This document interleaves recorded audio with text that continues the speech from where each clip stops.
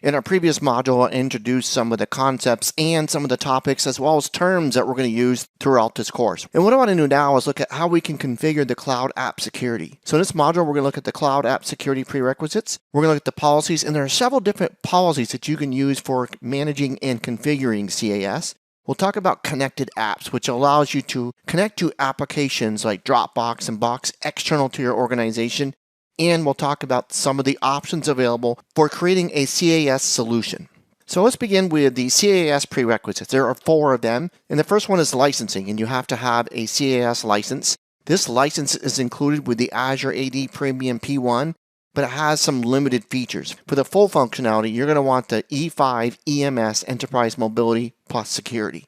In addition to licensing, we're going to require one of these 3 security roles: a global admin, compliance admin, or a security reader in Azure AD. These are permissions necessary for managing and configuring CAS.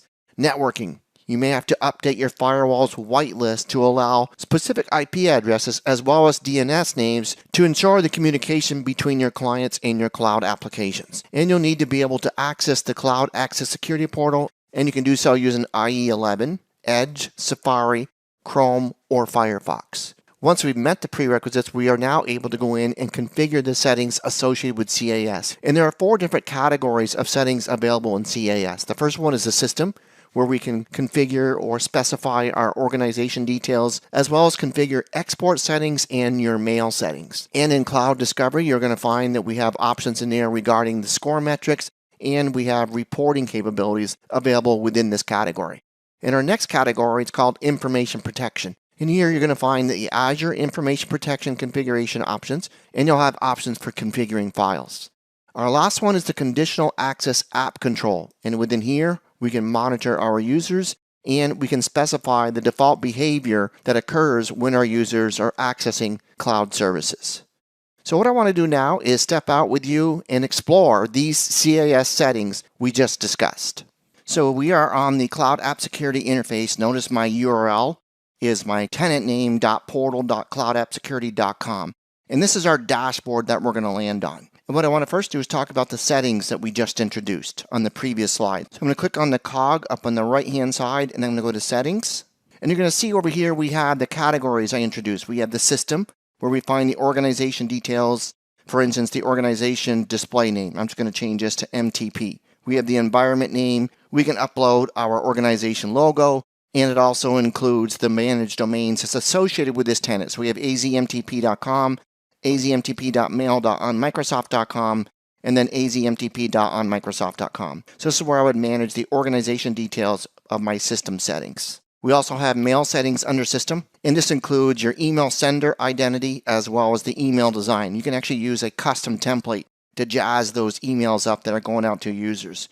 We can export all the settings once we've configured them, and we can configure our users to automatically be signed out after a certain period of time. So we'll go after an hour of no activity, then we'll sign out our Cloud App Security users. We mentioned a category of Cloud Discovery. As you can see underneath Cloud Discovery, we have several options here. I mentioned already score metrics. There's some reporting capabilities, both snapshot and continuous, user enrichment, exclude entities, Microsoft Defender ATP. Underneath that, we have threat protection. There's just the Azure ATP in there.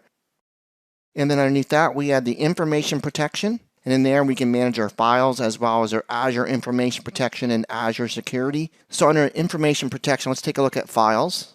And you'll see we just have the one option, enable file monitoring. This enables Cloud App Security to see files in your SaaS apps. So we could click on that box and save that as an option. Another configuration option within your conditional access app is the user monitoring. This is where we specify the message that the users see that we're monitoring what they're doing. We have the default message, and we can preview that. And here's what the user will see.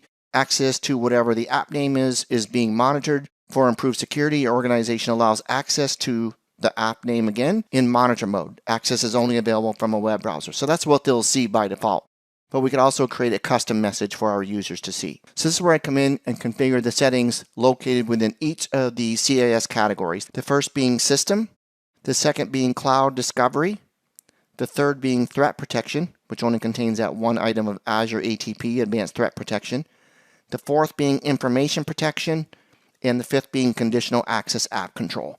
This is where you're initially going to come in and configure settings for CAS.